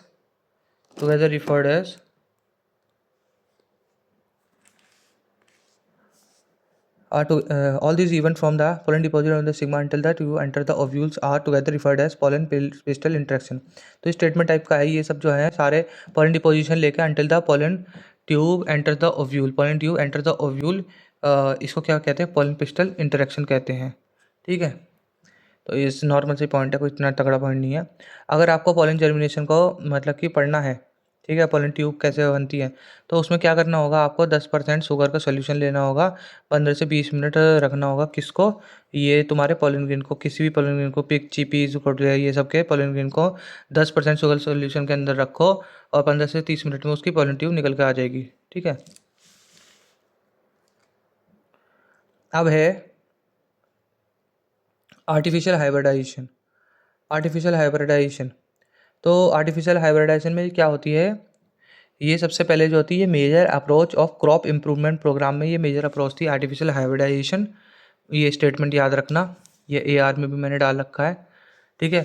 तो इसमें अब देखो AR में मैंने हो सकता है तुम्हें लगे कि यार बहुत सारी स्टेटमेंट डाल दिए, हद से हद मैंने पर चैप्टर 15 स्टेटमेंट, 10 से 15 स्टेटमेंट डाले, लेकिन वो ऐसी लाइन्स है जो मुझे कॉम्प्लिकेटेड लगी।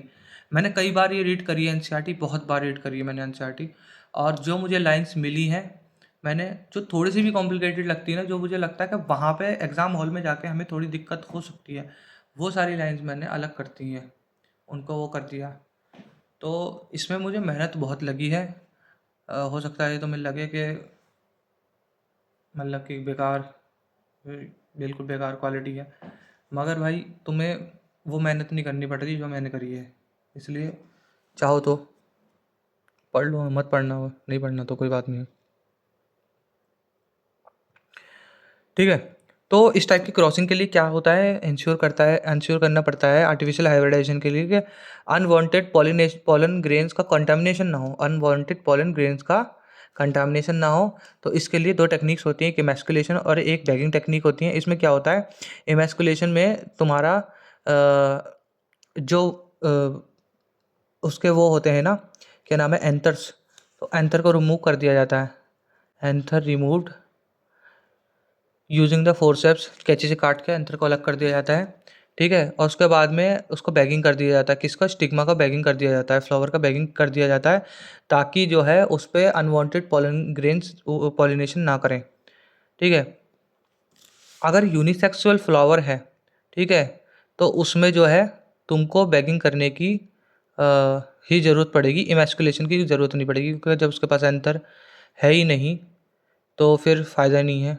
लेकिन यूनिसेक्सुअल फ्लावर जो है अगर तुम्हारे पास फीमेल वाला है तब की बात है ये, तो उसमें इमैस्कुलेशन करने की ज़रूरत नहीं पड़ती, ये स्टेटमेंट बन सकता है, ठीक है।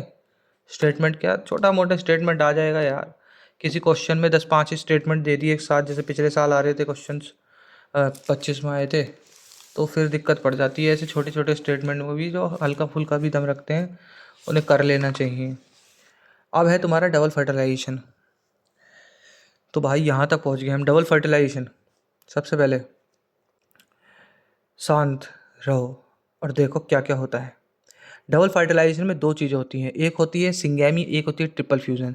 सिंगैमी कब होती है, सिंगैमी जो होती है तुम्हारी तब होती है जब मेल गैमेट फीमेल गैमेट के साथ में मिलकर जाइगोट बनाता है, मेल गैमेट फीमेल गैमेट के साथ में मिलकर जाइगोट बनाता है, ठीक है।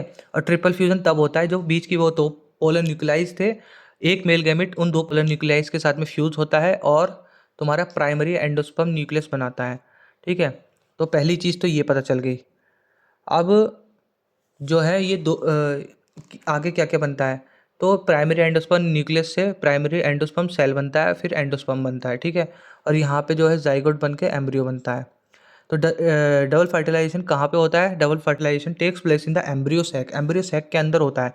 डबल फर्टिलाइजेशन में क्या होते हैं, दो मेल गैमेट्स होते हैं, मेल जर्म सेल्स होते हैं, वो एक तो एग के साथ में जाके सिंगेमी करता है, फर्टिलाइजेशन करता है और जाइगोट बना देता है। और दूसरा क्या करता है, एक जो है दो पोलर न्यूक्लियाई के साथ में पीईएन बनाता है, प्राइमरी एंडोस्पर्म न्यूक्लियस बनाता है, ठीक है। इसमें एआर क्या है, एआर ये है, इसमें fusion takes place in the embryo sac and phenomena termed as fertilization. तो फ्यूजन कहाँ पे होता है, एम्ब्रियो सैक के अंदर फ्यूजन होता है, ठीक है। एआर तो नहीं है, लेकिन बस एक पॉइंट है, इंपॉर्टेंट पॉइंट है। अब देखो ये क्या है, ये fertilizing embryo sac showing the zygote and primary endosperm nucleus. पहला क्या है, ये क्या है, ये डीजेनरेटिंग सिनर्जिट्स हैं, ये डीजेनरेटिंग सिनर्जिट है। और ये एग जो था यहाँ पे वो जाइगोट बन चुका है, ठीक है। और यहाँ पे पीईएन बन चुका है, प्राइमरी एंडोस्पर्म न्यूक्लियस बन चुका है। बहुत कॉमन क्वेश्चन है कि ये 3N होता है, ठीक है, ट्रिप्लॉइड होता है ये। और ये जाइगोट क्या होता है, ये 2N होता है, डिप्लॉइड होता है, ठीक है। तो ये प्राइमरी एंडोस्पर्म न्यूक्लियस है और ये प्राइमरी एंडोस्पर्म सेल है। अब क्योंकि ये जो सेल था यहाँ पे इसके साथ में फ्यूज़ होकर और ये वाला एरिया जो है अपना बन चुका है अब। और ये क्या है, डीजनरेटिंग एंटीपोडल्स। तो ये इंपॉर्टेंट है, यहाँ पे डायग्राम मुझे लगता है ज़्यादा इंपॉर्टेंट है, क्योंकि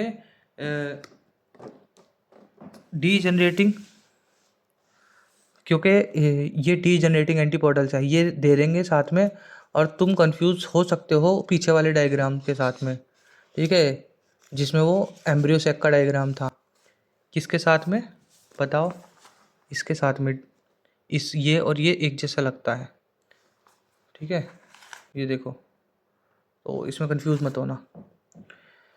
अब ये डीजनरेटिंग एंटीपोडल सेल्स है, ये डीजनरेटिंग सिनर्जिट सेल है, इस पर थोड़ा सा ध्यान रखेंगे। बाकी ये पीईसी है, पीएन है ये, और ये जाइगोट है, ये 3N है, ठीक है। अब ये फर्टिलाइज्ड एम्ब्रियो है, ये मैंने इसका लेवल है, ये फर्टिलाइज्ड एम्ब्रियो है। फर्टिलाइज्ड एम्ब्रियो से क्या बनेगा, तुम्हारा जाइगोट बनेगा। जाइगोट से क्या बनेगा, प्रो एम्ब्रियो बनेगा। प्रो एम्ब्रियो से क्या बनेगा, ग्लोबुलर एम्ब्रियो बनेगा। ग्लोबुलर एम्ब्रियो से हार्ट शेप एम्ब्रियो बनता है ये। इसमें ये क्या होता है, सस्पेंसर होता है, ये रेडिकल होता है, ये कोटिलेडन्स होते हैं दो, डाइकोट का एम्ब्रियो है ये, ठीक है। तो जाइगोट से प्रो एम्ब्रियो से ग्लोबुलर एम्ब्रियो से हार्ट शेप्ड एम्ब्रियो और हार्ट शेप्ड एम्ब्रियो से मैच्योर एम्ब्रियो बनता है, ठीक है। अब है पोस्ट फर्टिलाइजेशन इवेंट्स। अब पढ़ते हैं पोस्ट फर्टिलाइजेशन इवेंट्स क्या होते हैं।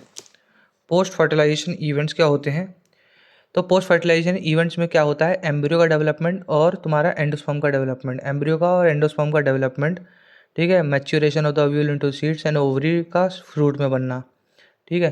तो ये सब हम पढ़ेंगे, क्या पढ़ेंगे, डबल फर्टिलाइजेशन तो पढ़ लिया हमने। अब है events of endosperm, endosperm development, embryo development, maturation of ovule into the seed and ovary into the fruit. अब है पहला एंडोस्पर्म। तो एंडोस्पर्म क्या होता है, एंडोस्पर्म क्या होता है, अभी हमने पढ़ा कि ट्रिपल फ्यूज़न से एंडोस्पर्म बनता है। ट्रिपल फ्यूज़न जब होता है तो फिर पहले PEN बनता है, PEN बनता है, प्राइमरी एंडोस्पर्म न्यूक्लियस बनता है, ठीक है। ये डिवाइड करता है रिपीटेडली और ये फ्री न्यूक्लियर एंडोस्पर्म बनता है, जिसमें मतलब कि सेल वॉल नहीं बनी होती है। उसके बाद में सेल वॉल बन जाती हैं तो सेलुलर एंडोस्पर्म बन जाता है, ठीक है। तो एम्ब्रियो हो सकता है कि वो कम्प्लीटली कंज्यूम हो चुका हो, जैसे कि पी ग्राउंडनट बीन्स में क्या हो सकता है, परसिस्ट कर मतलब कि बचा हुआ हो मैच्योर सीड में भी, और ये आगे तुम्हारे used up during the seed germination के टाइम पे काम आ जाए, ठीक है। इसके बचे हुए का क्या होता है example, mature seed castor, castor में कैस्टर इसका एग्जांपल हो गया, इम्पॉर्टेंट है और ये भी इम्पॉर्टेंट है, ठीक है। अब बात करते हैं एम्ब्रियो। एम्ब्रियो जो है डेवलप होता है माइक्रोपाइलर एंड में, और the seeds differ greatly and the early stage of the embryo development embryogeny are similar in the both the monocots and the dicots, ठीक है। तो अर्ली स्टेज जो होते हैं इनमें सिमिलर होते हैं बहुत मोनोकोट और डाइकोट में। फिर है टिपिकल डाइकोटिनस एम्ब्रियो जो होता है उसमें क्या क्या होता है, टिपिकल डाइकोटस एम्ब्रियो में क्या क्या होता है, दो कॉटिलेंडन्स होते हैं, एक प्लेम्यूल होता है, रेडिकल होता है, रूट कैप होता है, हाइपोकोटाइल होता है, ठीक है। प्लेम्यूल जो होता है टर्मिनेट विद द एपोकोटाइल, ये डायरेक्ट एनसीईआरटी लाइन है, प्लेम्यूल टर्मिनेट विद द एपोकोटाइल, एपोकोटाइल ये होता है, और प्लेम्यूल ये होता है, प्लेम्यूल टर्मिनेट विद द एपोकोटाइल, और कोटिलेंडन ये होता है, और हाइपोकोटाइल ये होता है, hypocotyl terminate with the radicle, ठीक है। Plumule terminate with the epicotyl, hypocotyl terminate with the radicle, ये एपिकोटाइल होगा, sorry, epicotyl terminate with the plumule और hypocotyl terminate with the radicle, और ये रूट कैप होती है इसमें। ये डाइकोट की पूरी हो गई जो भी इसके अंदर होता है, ठीक है। यही सारी इन्फॉर्मेशन इसमें लिखी हुई है। अब है मोनोकोट। मोनोकोट का एम्ब्रियो कैसा होता है कि ये होता है स्क्यूटेलम, ठीक है, जो इसका मेन कोटिलेडन होता है, और ये कोलेप्टाइल होता है, होलो फोलियर स्ट्रक्चर होता है, और ये तुम्हारा शूट एपिक्स होता है, इसमें एपिब्लास्ट होता है जो कि दूसरा कोटिलेडन होता है जो कि ऑलमोस्ट ख़त्म ही होता है, और ये रेडिकल रूट कैप और कोलोराइजा होता है, ठीक है। कोलोराइजा क्या होता है, अनडिफरेंशिएट सेल्थ होता है, मैं एनसीईआरटी लाइन उठा रहा हूँ सीधे, अनडिफरेंशिएट सेल्थ होता है, ठीक है। कोलोराइजा क्या होता है, अनडिफरेंशिएट सेल्थ होता है। तो इसमें एक्स्ट्रा क्या है, कोलेप्टाइल और कोलोराइजा, ये ऊपर कोलेप्टाइल, फिर shoot apex, epiblast, radicle, root cap, coleorhiza, scutellum. अब है डाइकोट का तो पूरा उसमें कवर हो गया था, लेकिन मोनोकोट में कुछ चीज़ें हैं इंपॉर्टेंट, जैसे कि in the grass family the cotyledon is called the scutellum and it's situated toward one side of the, ये लेटरल साइड में होता है इसका स्क्यूटेलम इसका, ठीक है। कहाँ था, लेटरल साइड में होता है scutellum, toward one side lateral side of the embryonal axis and at its lower end the embryonal axis has a radicle root cap.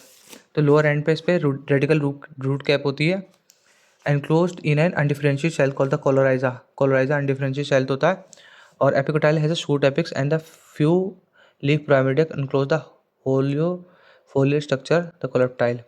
तो epicotyl has a shoot apex and the few leaf pyramida encloses the hollow foliar structure coleoptile. तो ये ऐसे statement भी आ सकता है epicotyl से लेके coleoptile तक, तो ये इंपॉर्टेंट है।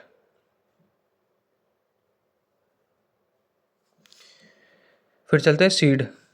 तो सीड होता क्या है, सीड होता है फर्टिलाइज्ड ओव्यूल को सीड कहते हैं, और ओवरी का फर्टिलाइजेशन से क्या बनता है, फ्रूट बनता है। सीड के ओव्यूल का फर्टिलाइजेशन से सीड बनता है। सीड में क्या क्या होता है, सीड में होता है सीड कोट, कोटिलेडन और एम्ब्रियोनल एक्सिस होता है, ये तीन चीज़ें होती हैं, सीड कोट, कोटिलेडन और एम्ब्रियोनल एक्सिस, ठीक है। कोटिलेडन जो होते हैं सिंपल होते हैं, जनरली थिक होते हैं, स्वैलन ड्यू टू फूड स्टोरेज की वजह से जनरली थिक और स्वैलन होते हैं, ठीक है। फिर है जो सीड हो सकते हैं दो टाइप के होते हैं, एक एल्बुमिनस हो सकते हैं, एक नॉन एल्बुमिनस सीड हो सकते हैं। एल्बुमिनस सीड वो होते हैं जिनमें एंडोस्पर्म जो है कंज्यूम नहीं होता पूरी तरीके से बाय द एम्ब्रियो, लेकिन जो नॉन एल्बुमिनस सीड होते हैं उनमें कंज्यूम हो चुका होता है। एल्ब्यूमिनस का एग्जाम्पल क्या है? वीट, मेज, बार्ले, कैस्टर, कोकोनट। कैस्टर और कोकोनट, वीट, मेज, बार्ले, कैस्टर, कोकोनट, ये इसके एग्जाम्पल हो गए। किसके? एल्ब्यूमिनस के। और नॉन एल्ब्यूमिनस का एग्जाम्पल है पी ग्राउंडनट। ठीक है। और एक होता है पेरिस्पम। पेरिस्पम क्या होता है कि जब न्यूसेलस जो होता है, जो हमने शुरू में पढ़ा था, किस में पढ़ा था हमने? हमने पढ़ा था एम्ब्रियो सैक में। जो एम्ब्रियो सैक में नहीं पढ़ा था। हाँ, एम्ब्रियो उसमें पढ़ा था हमने। हाँ, एम्ब्रियो सैक में ही पढ़ा था। तो जो न्यूक्लियस होता है, कई बार क्या होता है, वो रह जाता है। ठीक है। तो जब वो रह जाता है सीड के अंदर, तो उसको क्या कहते हैं? उसको कहते हैं, यहाँ पे था ना ये ovule, sorry ovule. Embryo sac तो अंदर की साइड है। न्यूक्लियस एम्ब्रियो एम्ब्रियो सैक की कवरिंग न्यूक्लियस होती है। तो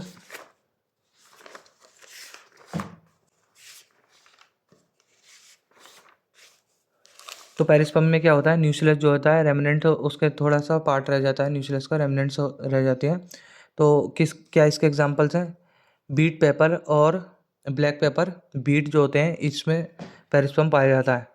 फिर है सीड मैच्योर। अगर एक सीड जो होता है, जो मैच्योर हो जाता है, तो एक सीड जो होता है, सीड मैच्योर एंड डाई, 10 से 15% डाई हो जाता है, मॉइस्चर बाय द मास। ठीक है। 10 से 15% इसमें मॉइस्चर रह जाता है। ठीक है। और मेटाबॉली एक्टिविटी इसकी स्लो हो जाती है, मेटाबॉलिक एक्टिविटी इसकी स्लो हो जाती है एम्ब्रियो की। और एम्ब्रियो में एंटर द डॉर्मेसी। तो ऐसी कंडीशन में एम्ब्रियो क्या करता है? डॉर्मेसी में एंटर कर सकता है। ठीक है। और जब फेवरेबल कंडीशन आती है, तो वो जर्मिनेट कर जाता है। ठीक है। फेवरेबल कंडीशन के लिए क्या होती है? एडिक्वेट वाटर, या फिर O2, या फिर ऑप्टिमम टेम्परेचर होता है। तो ये इसकी डॉर्मेसी इसकी प्रॉपर्टी होती है सीड की। अब है, इसमें से देख लेते हैं कुछ इंपॉर्टेंट है। ओव्यूल से मैच्योर होकर सीड बनता है, और ओवरी से फ्रूट बनता है। ये कॉटिलेडन हो गया, ये तुम्हारा सीड हो गया। ठीक है। Micropyle in the seed, the small pore in the seed coat, entry of the oxygen and water. तो सीड पे एक माइक्रोपाइल नाम का छेद होता है, जहाँ से जो है एंट्री ऑफ ऑक्सीजन और वाटर होता है। ठीक है, सीड कोट पे। और ये देख लीजिए, ये सारे जो हैं डायग्राम्स काम मतलब आ सकते हैं एग्ज़ाम में। और ये वाला डायग्राम तो रिपीटेड है पिछले चैप्टर में। अब फ्रूट्स की बात कर लेते हैं। फ्रूट्स क्या होता है? फर्टिलाइज्ड ओवरी होती है। अब फ्रूट्स दो टाइप के होते हैं, फ्लैशी और ड्राई फ्रूट्स होते हैं। ड्राई फ्रूट जैसे कि ग्राउंडनट, मस्टर्ड हो गया। ठीक है, मस्टर्ड एक एग्जांपल इंपॉर्टेंट है। और गुआवा हो गया, ऑरेंज हो गया, मैंगो हो गया, ये ठीक है। आगे चलो, फॉल्स फ्रूट। एक होते हैं फॉल्स फ्रूट। फॉल्स फ्रूट क्या होते हैं? अगर फ्रूट जो है ओवरी की जगह किसी और पार्ट से बनते हैं, जैसे कि थैलेमस हो गया। ठीक है। तो उसे फॉल्स फ्रूट कहते हैं। तो फॉल्स फ्रूट के एग्जाम्पल क्या हो गए? एक हो गया एप्पल, और एक हो गया स्ट्रॉबेरी। ठीक है, example of the false fruit, apple और स्ट्रॉबेरी। ठीक है। एप्पल और स्ट्रॉबेरी किससे बनते हैं? ये फ्रूट जो होता है, ये थैलेमस से बनते हैं। ठीक है, बहुत ही इंपॉर्टेंट है, ये थैलेमस होता है इसका। ये वाला जो पार्ट हम खाते हैं ना मज़े से, वो थैलेमस वाला पार्ट होता है। और ये स्ट्रॉबेरी जो होती है, वो भी थैलेमस होती है। तो ये फॉल्स फ्रूट क्या बनते हैं? ओवरी से नहीं बनते, ये किसी ओवरी से नहीं बनते हैं, ये किसी और पार्ट से बनते हैं। जैसे कि स्ट्रॉबेरी और एप्पल में जो है, ये थैलेमस से बनते हैं। एक और इम्पोर्टेंट पॉइंट था कि एक ट्रू फ्रूट क्या होता है? ट्रू फ्रूट जो होता है मैंगो होता है। ट्रू फ्रूट या फिर ड्रूप जो होता है, वो मैंगो होता है। ये इसमें सिंगल ओव्यूल होती है, सुपीरियर ओवरी। ठीक है। तो उसका भी ध्यान रखना। फॉल्स फ्रूट हो गया, और ये हो गया, वो हो गया ट्रू फ्रूट हो गया, वो दूसरे उस चैप्टर में है। क्या नाम है आपका? शायद मॉर्फोलॉजी में है शायद वो। तो उसका भी पॉइंट्स याद होने चाहिए। अब बात करते हैं, कुछ फ्रूट्स क्या होते हैं, वो विदाउट फर्टिलाइजेशन हो जाते हैं, डेवलप। ठीक है। तो उनको क्या कहते हैं? पार्थेनोकार्पिक फ्रूट बोलते हैं। जैसे कि बनाना इसका एग्जांपल हो गया। Parthenocarpy can be induce through the application of growth hormone, and such fruits are seedless. तो ये ग्रोथ हार्मोन्स के द्वारा इंड्यूस किया जा सकते हैं। और ये जो सीड्स होते हैं, ये सीडलेस होते हैं। जो बनाना हम खाते हैं, वो सीडलेस होते हैं ना। तो ये पार्थेनोकार्पिक फ्रूट में आता है banana. Seeds offer several advantage to the angiosperm. तो कई ये सीड के कई सारे जो है एडवांटेजेस होते हैं, ठीक है। क्या क्या फ़ायदे होते हैं सीड के? देखो, एक तो सीड का जो होता है, सीड कोट प्रोटेक्टिव होता है, ठीक है। और सीड जो है जेनेटिक रिकॉम्बिनेशन देता है, सफिशिएंट फूड रिजर्व्स होते हैं, ठीक है। More dependable dispersal to new habit. तो सीड की वजह से ही हम जो है आराम से उसको अलग अलग जगहों तक पहुंचाया जा सकता है, ठीक है। तो सीड के ये फ़ायदे हैं क्या क्या? Dispersal to the new habitats, dispersal to the new habitats, और ये जो है तुम्हारा नए एरिया में कॉलोनाइज कर सकते हैं। और सीड के अंदर जो होता है, क्या होता है सीड के अंदर जो होता है वो तुम्हारा रिजर्व मटेरियल होता है, फूड होता है, तो इस वजह से जो है थोड़ा बहुत वो सर्वाइव कर पाते हैं। और सीड बनने से जेनेटिक रिकॉम्बिनेशन होता है, ठीक है। तो ये सब फ़ायदे हैं सीड के, और उसमें प्रोटेक्टिव कवरिंग भी होती है। अब सीड जो होता है हमारे बेसिस ऑफ एग्रीकल्चर होता है, स्टेटमेंट है ये। Dehydration dormancy of the mature seed are crucial for the storage of seed which can be used as a food throughout the year and also raise the crop in the next season. तो ये जो है ये अच्छा important statement है। तो और dehydration और डॉर्मेसी एक ऐसी प्रॉपर्टी है सीड की जो क्रूशियल है स्टोरेज के लिए सीड के, and which can be used as a food throughout the year. मतलब कि इसी वजह से हम खाना खा पाते हैं, क्योंकि इसके पास ये प्रॉपर्टी होती है, ताकि हम सीड्स को स्टोर कर पाते हैं और हम उसको अगले साल के लिए रख पाते हैं बोने के लिए। अब जो है सीड्स सीड्स का जो डॉर्मेसी का पीरियड होता है, सीड की जो वायबिलिटी होती है वो अलग अलग सीड्स में, अलग अलग प्लांट्स में अलग अलग हो सकती है। तो फ्यू मंथ से लेके जो है 1000 ईयर तक भी हो सकती है। लार्ज नंबर ऑफ स्पीसीज में ईयर्स होती है, और कुछ में जो होती है जो तुम्हारी हंड्रेड्स ऑफ ईयर तक भी होती है। तो अब बात करते हैं इम्पोर्टेंट एग्जांपल्स की। तो ल्यूपिनस आर्किटेक्ट्स नाम का, ल्यूपिनस आर्क्टिकस नाम का जो था सीड मिला था, ओल्डेस्ट सीड मिला मिला है ये अभी तक। ये कहाँ मिला था? आर्कटिक तुंद्रा में मिला था, जो कि 10,000 साल के बाद भी वायेबल था, ठीक है। अब रिसेंट रिकॉर्ड की बात करें कि 2000 साल ओल्ड डेट पाल्म का सीड मिला है, जो कि जिसका नाम है था डेट पाल्म का फिनॉक्सी डेक्टाइलीफेरा, ठीक है। कहाँ मिला है? King Herod palace near the Dead Sea. तो इम्पॉर्टेंट है ये दोनों एग्जाम्पल्स बहुत ज़्यादा। फिर है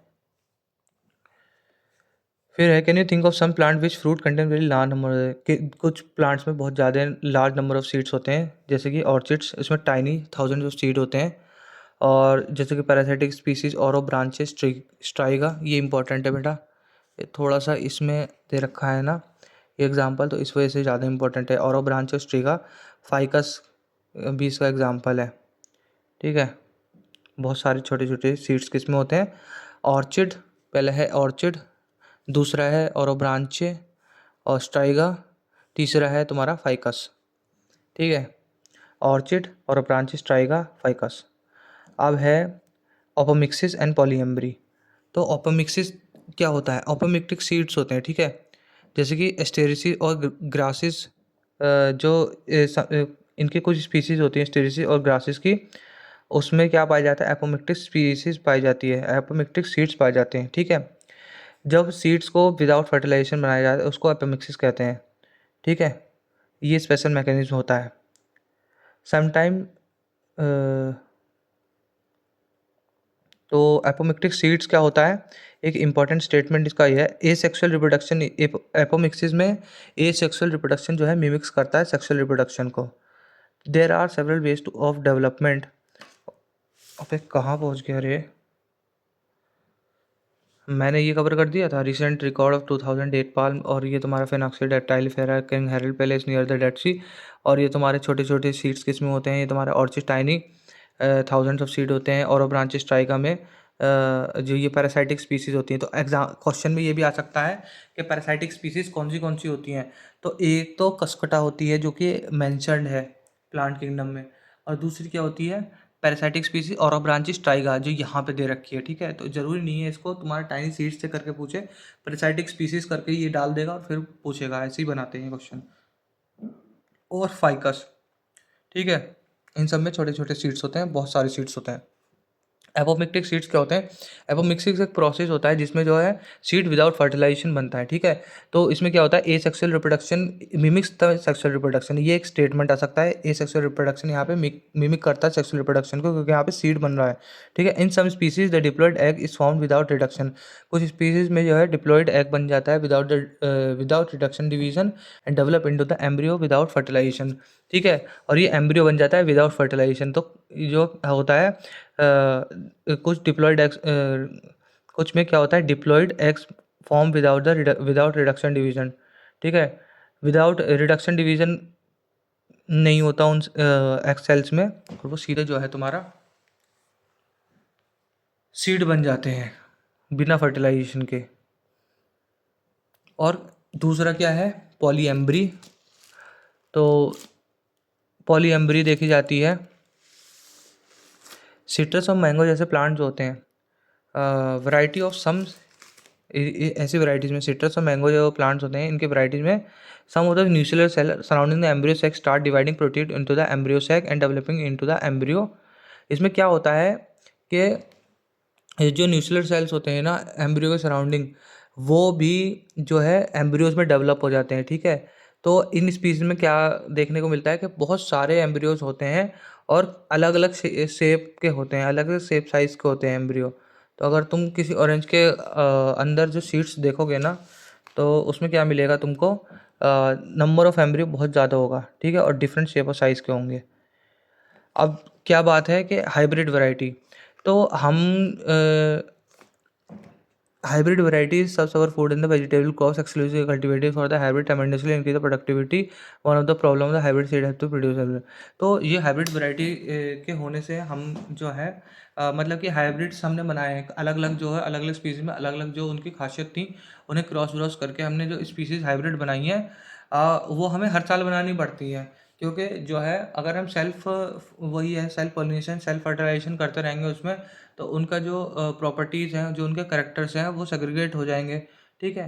तो इस वजह से हमें हर साल नए हाइब्रिड सीड बनाने पड़ते हैं, और वो बहुत कॉस्टली होते हैं फार्मर्स के लिए, ठीक है। तो अगर हमें ये जो टेक्नोलॉजी होती है एपोमेक्टिक वाली सीड्स की, जिसमें वो सिर्फ विदाउट फर्टिलाइजेशन जो है एपोमिक्सिस करके सीड बना लेते हैं, तो वो चीज़ अगर हम हाइब्रिडाइजेशन वाले हाइब्रिड वैरायटीज़ में लगा दें, तो क्या होगा कि हमारे पास जो है